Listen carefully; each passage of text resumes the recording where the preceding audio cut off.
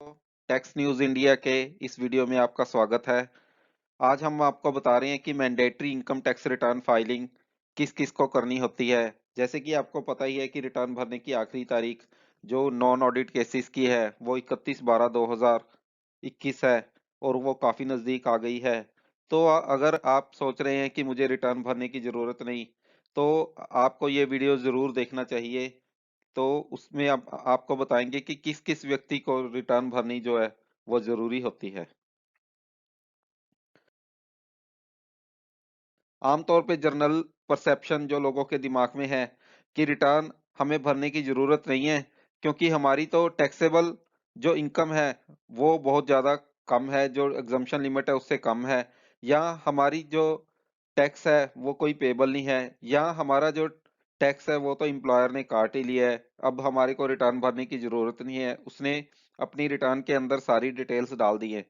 लेकिन क्या ये बात सच है? या क्या यह इनकम टैक्स के मुताबिक ठीक है? तो हमें ये जानना ज़रूरी होगा। ये सोच लेना कि हमारी जो टैक्स पेएबल नहीं है, इसलिए रिटर्न नहीं भरनी चाहिए, या हमारी एग्ज़म्पशन लिमिट से कम इनकम है, नेट टैक्सेबल इनकम कम है, तब हमें रिटर्न नहीं भरनी चाहिए, या एम्प्लॉयर ने टैक्स काट लिया ये तब हमें रिटर्न नहीं भरनी चाहिए। ये बिल्कुल गलत है, क्योंकि आज हम आपको बताएँगे कि किस-किस को रिटर्न भरनी ज़रूरी है। इनकम टैक्स के मुताबिक अगर आप इंडिविजुअल एचयूएफ, एओपी, बीओआई है और अगर आपकी टैक्सेबल इनकम है वो एग्जम्पशन लिमिट से कम है, तब भी आपको रिटर्न भरनी जरूरी है, क्योंकि जो एग्जम्पशन लिमिट है उसके हिसाब से नहीं देखा जाता।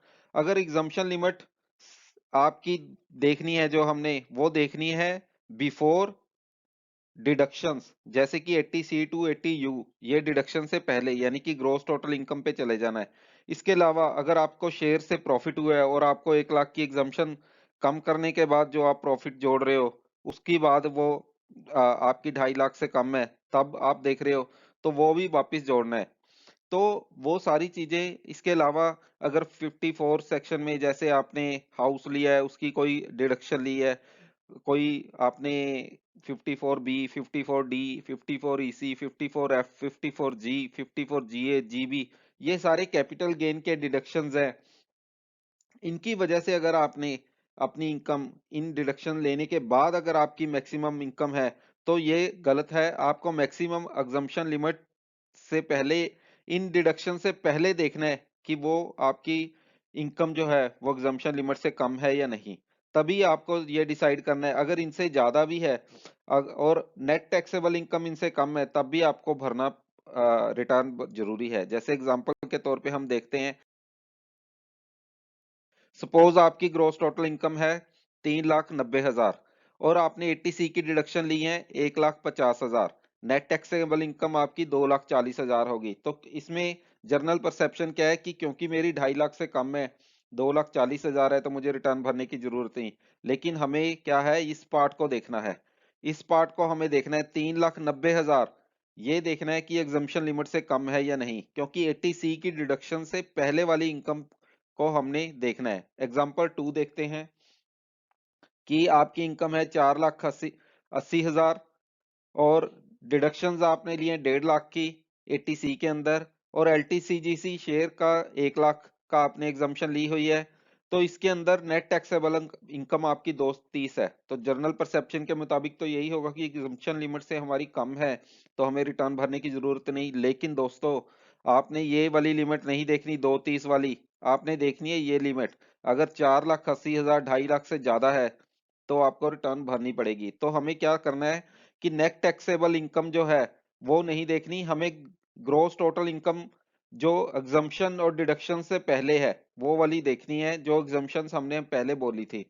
तो ये आपको समझ लेना चाहिए कि रिटर्न अगर आपके एम्प्लॉयर ने भी टैक्स काट लिया है तो भी भरनी है। अगर आपकी gross total income exemption limit से ज्यादा है, डिडक्शन से पहले और शेयर्स के प्रॉफिट से पहले, और कुछ जो कैपिटल गेन की एग्जम्पशन है उनसे पहले, तो आपको रिटर्न भरनी पड़ेगी।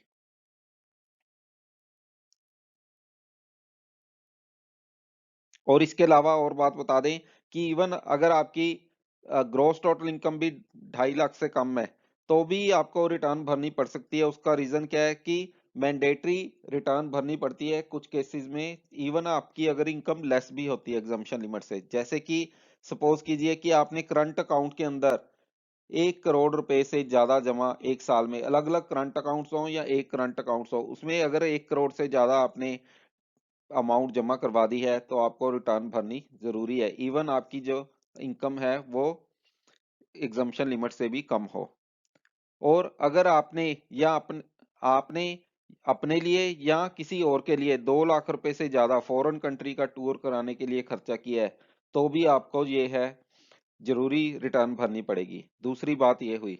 और तीसरी बात ये है कि अगर आपने 1 लाख से ज्यादा रुपए का इलेक्ट्रिसिटी का बिल पिछले साल में भरा है तो भी आपको रिटर्न भरनी पड़ेगी, इवन कि आपकी रिटर्न इनकम जो है वो पिछले साल में इससे कम है, एग्जम्पशन लिमिट से कम है।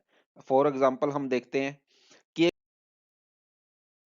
हाउस वाइफ है, उसने पिछले साल के अंदर 1.5 लाख रुपए बिजली का बिल भर दिया, उनकी कोई इनकम नहीं है, स्पाउस वो होम मेकर है, तो उनको क्या रिटर्न भरनी पड़ेगी? जी हाँ, रिटर्न उनको भी भरनी पड़ेगी। अगर उसने उन्होंने पिछले साल के अंदर 1.5 लाख 1 लाख से भी ज्यादा बिल भरा है, क्योंकि 1 लाख की लिमिट बिल के ऊपर लगी हुई है। अगर 1 लाख से बिल ज्यादा भरा है तो आपको रिटर्न भरनी पड़ेगी। इस केस में क्या है कि 1.5 लाख बिल भरा है इन्होंने, इसीलिए इनको रिटर्न भरनी पड़ेगी चाहे इनकी इनकम बिल्कुल जीरो है।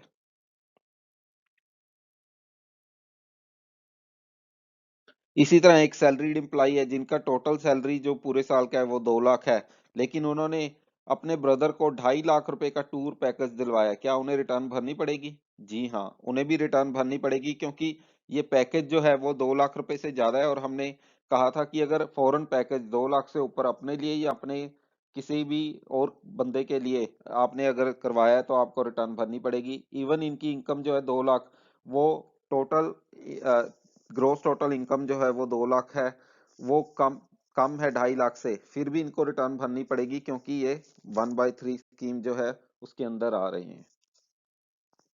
इसके अलावा अगर आपका कोई कोई भी पर्सन जिसकी एसेट्स इंडिया के आउटसाइड है, रेजिडेंट इन इंडिया, उसकी एसेट्स इंडिया के बाहर है, चाहे वो बेनिफिशियल ओनर है चाहे वो बेनिफिशियरी है, यानी कि बेनिफिशियल ओनर की आपने खुद जमा करवाए हैं वो पैसे तो वो आप बन गए बेनिफिशियल ओनर, और बेनिफिशियरी कोई और हो चाहे उसमें बेनिफिशियरी है कि पैसे किसी और ने जमा करवाए हैं लेकिन बेनिफिट आपको मिलेंगे। तो इन दोनों केसों में अगर आपकी कोई फाइनेंशियल इंटरेस्ट है या एसेट्स हैं फॉरेन कंट्री के अंदर और आपकी इनकम इवन एग्जम्पशन लिमिट से भी कम है और वो वहां पे आपको रिटर्न भरनी जरूरी नहीं हो रही, तो भी ये रिटर्न भरनी जरूरी होगी। तो बेनिफिशियल ओनर को भी रिटर्न भरनी जरूरी होगी। तो ये हम आपको बता रहे थे कि कहाँ कहाँ आपको रिटर्न भरनी जरूरी होती है। तो अब हम इसकी कंक्लूजन सकते हैं कि ये आप बात मान ली, आपको पता ही लग गई होगी कि एग्जम्पशन लिमिट और डिडक्शन से पहले आपने इनकम की देखनी है रिटर्न पर्पस के लिए। और 2.5 लाख से अगर आपकी एग्जम्पशन लिमिट से ज्यादा इनकम है, gross total income before deductions and exemption जो हमने पहले डिस्कस की थी, तो आपकी जो है रिटर्न भरनी आपको जरूरी है। इसके अलावा अगर आपने 1 करोड़ रुपए से ज्यादा जमा करवाए करंट अकाउंट में, या 2 लाख का फॉरेन ट्रेवल का कोई खर्चा किया है, या 1 लाख से ज्यादा इलेक्ट्रिसिटी बिल भरा है, इवन आपकी इनकम जो एग्जम्पशन लिमिट से कम भी है एज पर रूल, तो भी आपको रिटर्न भरनी जरूरी है। इस तरह और एक जरूरी है कि फॉरेन एसेट्स में अगर आपका इंटरेस्ट है तो भी आपको रिटर्न भरनी जरूरी है।